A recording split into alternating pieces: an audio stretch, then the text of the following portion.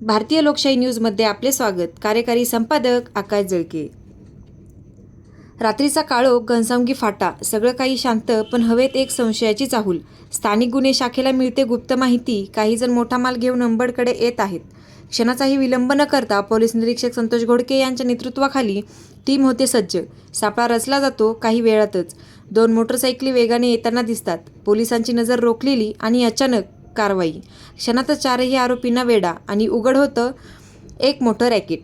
तब्बल 6 किलो गांजा. या थरारक ऑपरेशनमध्ये पोलीस निरीक्षक पंकज जाधव, सहपोलीस निरीक्षक सचिन खामगळ, पोलीस उपनिरीक्षक राजेंद्र वाघ तसेच अंमलदार गोपाल गोशिक, सागर बविस्कर, प्रशांत लोखंडे, देवीदास भोजने आणि अंबड पोलीस ठाण्याचे सी.व्ही. ठुबे, यशवंत मुंडे, संजय क्षीरसागर, अरुण मुंडे, तुकाराम मदन, अशोक मस्के, धनाजी गवळे, दीपक सोनवणे, विनोद भानुसे यांनी जीव धोक्यात घालून ही कारवाई यशस्वी केली. या कारवाईत 2,40,000चा मुद्देमाल जप्त आणि आरोपी थेट तुरुंगात.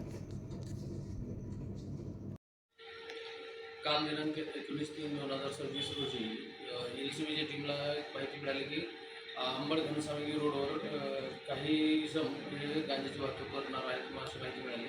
त्यानुसार आम्ही अंबड पोलीस ठाणे आणि LCBची टीम अशी संयुक्तपणे त्यावर कारवाई करायचे ठरवले.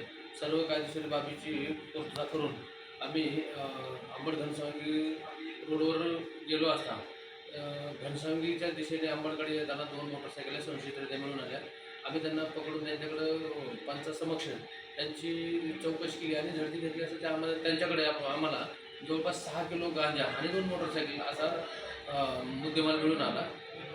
त्याबद्दल त्याला चौकशी केली. चौकशीमध्ये असे निष्पन्न झाले की त्यांनी तो गांजा बाहेरून आणलेला आहे आणि गांजा प्रतिबंधित असताना तो स्वतः विक्रीसाठी बाळगलेलं मिळून आले. म्हणून आपण त्यांच्यावर इंडिपेस ॲक्टनुसार पोलिसांनी अंबड येथे गुन्हा दाखल केलेला आहे. त्यांना त्या 4ही आरोपींना आपण अटक केली. आज मान्य न्यायालयासमोर हजर केले असताना मान्य न्यायालयाने त्यांना 4 दिवसाची PCR मंजूर केलेला आहे.